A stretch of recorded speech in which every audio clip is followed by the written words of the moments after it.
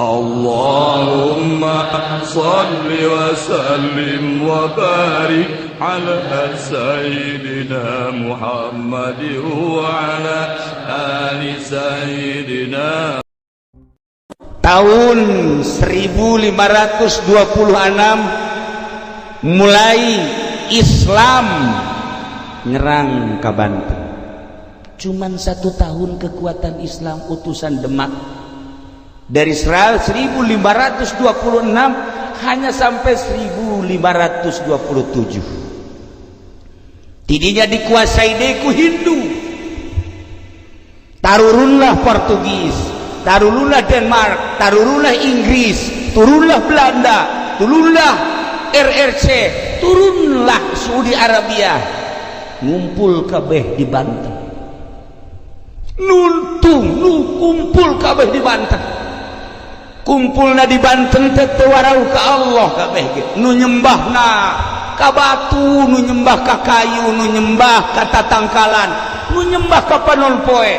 Acak-acakan Banten teh. Masya Allah karim. Tahun 1670 Demak ngutus Sunan Cirebon, Sunan Gunung Jati, Syekh Syarif Hidayatullah beserta putrana Syekh Maulana Hasanuddin. Berangkat Syekh Syarif Hidayatullah jeung Syekh Maulana Hasanuddin di Cirebon ka Banten duaan. Can aya mobil, can aya kendaraan sejen. Di Cirebon berangkat ka Banten cuman 1 jam. Naik naon cenah Kiai? Wallahu a'lam. Beja nama peureum doang aya babacaan la ilaha illallah mal dibacakeun ku si direkam. Engke aing mah teu bisa ieu bisa teh. Rugi aing ah. Moal wakalanan ke ka Abah Haji beta bebejana teh. Moal waka eta mah kudu ojol jeung sapi. Sajam di Cirebon, masyaallah. Kula mah naik mobil, kula naik mobil. Aya aturan naik Avanza rada lambat. Naik Innova rada cepet. Kuari mah kebenaran naik Lexus cepet. Tapi naik Lexus ge asal dibarengan bae ku ieu angel. Pembawaanna ieu. Masya Allah, aneh kula ge. Mata kadang-kadang aya di bawah kumaha teu di bawah kumaha. Nu ukuran ditempuhna kudu 5 jam, ieu mah 12 jam. Bawaan berabe. Iya be orang ini kuari orang kan memperingati Kangjeng Nabi. Kangjeng Nabi mapan manusia terganteng, terkasep, terpinter. Ingat ke Kangjeng Nabi, kasep Kangjeng Nabi. Ingat ke Kangjeng Nabi, ganteng Kangjeng Nabi. Ingat ke Kangjeng Nabi, pinter Kangjeng Nabi. Ingat ke Kangjeng Nabi, segala-galana di Kangjeng Nabi. Jadi orang memperingati jelema nu ganteng jeung kasep. Kangjeng barang leuleuh ka dieu, iya karim. Atuh teu akur teh angkat. Perasaan ngadenge Kangjeng Nabi na masyaallah. Leuleuh ka dieu hayang utah. Lamun leuleuh beungeutna, tapi lamun leuleuh hatena leuwih kejam. Ya kan. Nah, ieu Syekh Maulana Hasanuddin teh ka dieu duaan ka Banten disebut Banten Girang. Begitu ningali peradaban manusia, kekokohan, kebiadaban anu luar biasa. Kerajaan dikuasai ku 3 raja. Hiji Raja Siwa, 2 Raja Darga, 3 Raja Brahma, aya 4 terkecil Raja Ganesha. Masya Allah, buatan lain bantrak-bantrakeun. Munajat Syekh Syarif Hidayatullah jeung Syekh Maulana Hasanuddin kudu kumaha ieu. Demak dek ngutus bala tentara ulawaka moal menang. Cek Syekh Syarif Hidayatullah moal menang kajian kukur ke kula munajat heula. Munajat Syekh Hidayatullah dalam munajatna titah ngadatangan Gunung Pulasari. Duaan datang kadinya naik. Begitu naik ternyata aya kerajaan di Gunung Pulasari, aya kerajaan. Lain lalagaan nu menguasai Banten teh Raja Siwa, Raja Darga, Raja Brahma, Raja Ganesha. Anu kekuatan-kekuatan gaibna tanding saat eta. Dek merangan Raja Brawijaya, dek merangan Raja Pajajaran, dek merangan semua narajum kabeh ge tanding di dieu teh lain lalagan gagahna pahar. Munajat Syekh Hidayatullah begitu munajat deui kita naik ke Gunung Karang. Naik duaan ternyata antara Gunung Karang jeung Gunung Pulasari di dinya aya nu keur tapa. Tapa teh lain cara tapa budak hari. Tapa make baju kerajaan, di dieu make mahkota. Ternyata kulila-lilana tapa eta mahkota teh geus dijieun sayang manuk. Manuk teh geus arendogan di dieu. Apa ieu ge pernah tapa harita keur hayang wahweh teh. Ieu teh sesa. Rada cager deui teh sesa ieu teh. Termasuk ieu. Rada cager deui teh, rada cager. Nah ieu aya pohon beringin. Jadi nyana akhirnya berlindung di pohon beringin di Golkar. Alhamdulillah. Ya calon neraka kene lah. Ya. Masya Allah. Didinya lah Syekh Syarif Hidayatullah menyapa ka jelema nu keur tapa. Begitu disapa, ditanya, "Benta." Begitu benta adu kekuatan mata. Begitu adu kekuatan mata hudang make adu kekuatan batin. Ternyata teu sakedeung. Sapoe, 2 poe, 3 poe, 4 poe, 5 poe, 6 poe, 7 poe kakarak tumbang eta nu tapa. Ternyata nu tapa ngaranna Brata Guru Sampang. Brata Guru Sampang eleh ku Syekh Syarif Hidayatullah, tidinya langsung asup Islam. Begitu baca 2 kalimat syahadat, beres baca 2 kalimat syahadat, cik Brata Guru simkuring alhamdulillah menang hidayah, dengan simkuring moal ilu campur tentang Gunung Karang, Gunung Pulasari jeung Banten. Simkuring mah erek indit ti dieu. Ngahiyang dae.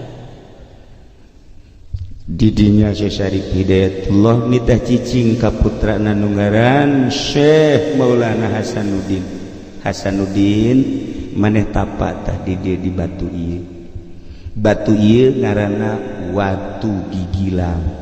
Hartina Watu Gigilang teh batu anu hareran.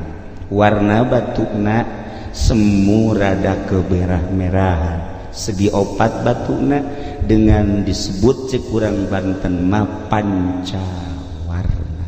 Mun hayang nyaho ieu batuna teh. Lain dibikeun. Ieu asal ka Banten dipake ieu batu ieu mah asal teh ka Banten henteu. Ulah samarang.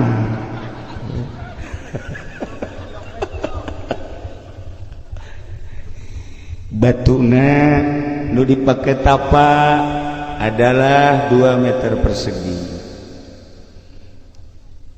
Syekh Maulana Hasanuddin tapa di dinya. Sapoe 2 poe 3 poe kacaritakeun sababaraha poena ngan sakieu doang amatna Syekh Syarif Hidayatullah anjeun tapa di dieu hiji datang ka ulah aya nu di aku. Satungtung maneh aya keneh nu di aku, maneh moal bisa ngalehkeun raja-raja Banten. Lamun geus teu di aku kakara batur bakal nurut. aya cai ulah di aku, aya angin ulah di aku, aya batu ulah di aku, aya cacaang ulah di aku. Andai kata aya reungit nempel ulah dikukubahakeun lantaran eta reungit ulah di aku. Aya nu boga cai, aya nu boga angin, aya nu boga reungit, aya nu boga orai, aya nu boga hewan-hewan kabeh nu aya di dunia ieu terutama nu ngageugeuh di Gunung Karang aya nu boga. Ketika maneh geus teu ngaku kana sagala rupa nu aya di alam dunia ieu kabeh bisa dipergunakeun jang perang. Maneh tapat teh sakitu bae teh sok cirina di mana-mana ieu batu geus bisa ngangkat berarti maneh geus lulus. Lain-lain mantrak-mantrakeun tapa dek perang teh tapa heula kuari mah dek demo dahar mah lulu dek perang teh tapa. Syekh Maulana Hasanuddin teh masyaallah karim tapana di dieu teu batak simkuring ka dieu masyaallah. Datang ke sepuhan ka ditu sakali moal ah, datang ka 2 kali henteu ah, datang ka 3 kali kasurupan di ditu. Kasurupan ieu ka sepuhan teh kula ge rada kaget. Ngetikeun taneuh hadena lain aing nu diketik. Mun aing lawan ku aing. Ngan pasti aing eleh. Kakarak rada mikir can diterima ka 4 kali aya karuhun di dieu sumping. Nah iyalah salah satu realisasi tina 5 kali ngundang ka ditu mun henteu hadir moal ka dieu simkuring. Alhamdulillah dina sacenah sakieu nu hadir urang sok nyaho. Ulah sok nyaho pokona mah ente mah ngaraji bae pokona mah geus beres ngaji menang 5 10 tahun kawin geus. Geus beres. Anakan bae dihitung 12 ya anak. Nah gitulah Syekh Syarif Hidayatullah. Begitu Syekh Syarif Hidayatullah terus tapa didinya teh masya Allah nu datang teh berata guru sampang deh nu enggeus asup Islam saenggeusna dipapatkeun kakarak batu bisa ngangkat. Tiba-tiba Syekh Syarif Hidayatullah datang maneh lulus cung geura ka Banten girang bawa batu ieu teh ulah dikamamanakeun kekuatan Banten teh aya dina batu lain batu boga kekuatan tingali Kangjeng Nabi Musa boga tongkat tingali Kangjeng Nabi Sulaiman boga cincin jeung nabi-nabi nu lainna ieu ge batu jang kekuatan Banten sing hade ieu ngaranna watu gigilang teuneun di Banten. Selama batu ieu aya Banten jaya. Ketika batu ieu teu aya Banten bakal runtuh. Saha bae nu endek siap jadi sultan Banten ketika batu eta encan aya deui di Banten moal anggap ku jelema sasaha bae. Titip Syekh Syarif Hidayatullah seperti eta. Masya Allah dibawa batu 4 meter persegi cuman dijingjing doang ku Syekh Maulana Hasanuddin dijingjing ieu mah mawa cai bae geus kieu geus eueuh naonan ieu mah nu mantak hampir diusir ku pamajikanna ge caknya geus teu berguna ieu hirup la faidata wa faidah itu faedah hirup masya Allah dijingjing dibawa ke Banten maka ayalah paseban Banten anu tihangna opat ditendeunlah batu didinya etalah Syekh Maulana Hasanuddin nu selalu diuk didinya selama batu eta aya perang jeung sahabat bakal menang mulai Syekh Maulana Hasanuddin berangkat perang dikirim bala tentara ti Demak saeutik ngalawan Hindu nu aya di dieu anu dibantu ku Portugis jeung Inggris anu kekuatan militerna luar biasa.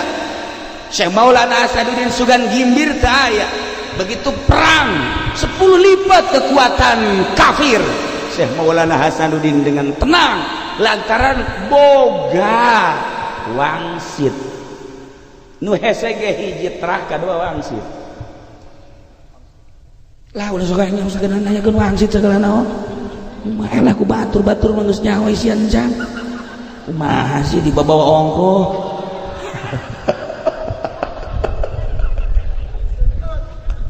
Aduh, Masya Allah. Dah begitu ngayakeun perang anu bala tentara militer saeutik ti Demak hampir eleh menghadap ke Gunung Karang.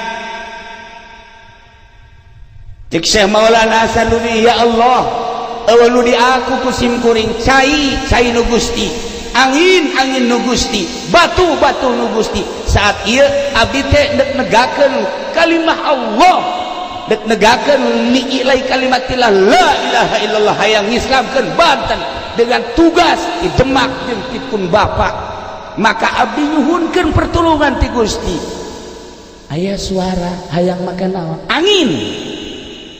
Maka angin dikirim ti pasir angin. Serius. Sehingga ada ieu sejarah. Serius. Andai kata geus manggi sejarah eta alhamdulillah. Andai kata insan catat. Lain lalagaan. Andai kata aya di sejarah alhamdulillah. Andai kata eueuh seperti eta. Bisa dipertanggungjawabkeun walaupun kula kakarak menang habar 2 poe ti urang dieu sarua bae. Kula sok kadatangan kitu tah. Kemari Kiai PI maot. Begitu turun di mobil aya budak leutik. Budak leutik mapak. Budak leutik teh kasep lain cara kolot kieu. Kasep. Berangkat ke masjid aya digigireun. Kula jadi imam Allahu Akbar jelema ribuan. Terus nuturkeun makam ka makam nguburkeun nyana di dieu tah. Di dieu ngobrol jeung kula. Ngobrol naon cenah cak Nurjaya tah. Rahasia tuh. Nyana ge hayang nyaho eta ngobrol naon cenah Kiai. Sok hayang nyaho bae. Ngobrol cinta ye. Ngobrol geus beres. Kula talkin eueuh. Kula nanya Ki Nurjaya, saya teh budak leutik. Ci, sugan teh bawaan kiai. Nanya deui ka adik kula, ci, sugan teh saha? Teu nu nyaho. Nanya deui ka hiji kiai, cek kula betul. Heuleuh cenah kiai. Neuleuh dia bangsa nu ka kos karaya. Wah, ieu mah kahijab kieu mah. Henteu nu kieu mah. Bangsa nu karaya mah moal. Mun orai neuleuh. Bangsa nu leuleuh ngomongnya na ngobrol jeung kula. Eueuh. Ieu ge aya nu datang Masya Allah. Ieu horeng pasir angin teh pernah dicokot diundang ku Syekh Maulana Hasanuddin ketika perang ngelehkeun Hindu anginna ti dieu. Ieu pasir angin teh lain lalawaran mantak ayalah jampe paranti ngadatangkeun angin. Teu kudu lobaan ka Jakarta demo teu kudu. Teu kudu eta mah endek masalah. Tinggal diondang bae angin pasir angin coba tuh Ahok kubruskeun habak beres. Hayus ya. Asal geus datang angin pasir angin Masya Allah. Lain lalawar di aya liangna ngan liangna teu kadeuleu. Nu kadeuleu liang anak we di dieu mah. Liang eta teu kadeuleu liang angin eta mah. Tapi insyaallah urang-urang dieu paham aya nu paham. Nah, dua kekuatan hiji cai ialah Cibanten ngaranna. Cibanten teh huluna di Gunung Karang. Turun di Gunung Karang pecah dua, nu hiji ke arah barat sekitar 35 km ke laut. Jadilah dermaga internasional. Nu hiji ka Karang Atu. Nah, iyalah jadilah dermaga nasional. Dua kekuatan, maka di Banten ulah coba-coba Gunung Karang. Pusatnya adalah Gunung Karang. 1 juta kali garagah orang Banten ternyaba ke Gunung Karang moal aya kekuatan. Gunung Karang titisan ti baheula. Dongeng almarhum abah kula waktu waktu masantren di Sekong hayangnya bakat guru gas umur 7 berangkatlah tiluan nu hiji ngaranna Wes Kurni urang Tangerang kabeh nu hiji di Samsudin berangkat di ditu nu dua sombong sebab puasa bae nu duaan mah sia Madam Yati neuk naik ke Gunung Karan teu puasa mopo sia kajian hukmah yo aing hijib nasor geus dikelek hijib naondeng si dia hijib sepi mah homo anginna ge geus ambalaya ya tuturkeun aing ke asal naik ke Gunung Karang sia tuturkeun heuleukeun aing mah naik angin cenah begitu datang wallahu alam ka mana maropo kabeh teu kuat nu dua mah alah cenah damai aing mah teu kuat cenah ieu aing mah moal bisa terus ka ditu geus teu kuat kumaha sih nyaritakeun teu kuat hese nyaritakeun teu kuat teh hese okos aya lalaki hayang kanu geulis teu kuat aya beungeut perang hayang kanu geulis aduh teu kuat teu nyambung tapi ulah leutik hate lalaki mah pembeli itu geulis kajian teh geulis beungar iya ini roae itu pasang ye mujizat Gusti Allah masyaallah il qala Yusuf li abihi ya ngaji memang ngaji amil eta heula nah lah urang dia mah geus leuwih nyaho pokona urang kulon mah bangsa perpeletan mah atuh perpeletan mah ilaku mah teu ieu tapi almarhum abah kula masyaallah ketika tawadu di hadapan Gusti ya Allah ya Rabbi abdi mah ngarasa puasa tilok dahar beki wiridan tilok tapi abdi hayang ka patilasan Syekh Maulana Mansur di luhur abdi teh hayang datang ka tiba-tiba kunaon aya nu mawa wallahu alam sabaraha menit datang ka luhur teh sorangan ai batur aing eueuh sakieu aing sorangan cai loba sieun ku sebab lo sorangan bae di luhur di jamaah mandi dan lain sebagainya turunnya jalan mana ya ceknya sebab tadi eureum datang keluar tapi tidinya dengan penuh ketawaduan deui tiba-tiba dibawa deui datang deui ka babaturan ke ngagaloler masya Allah rahasia Gunung Karang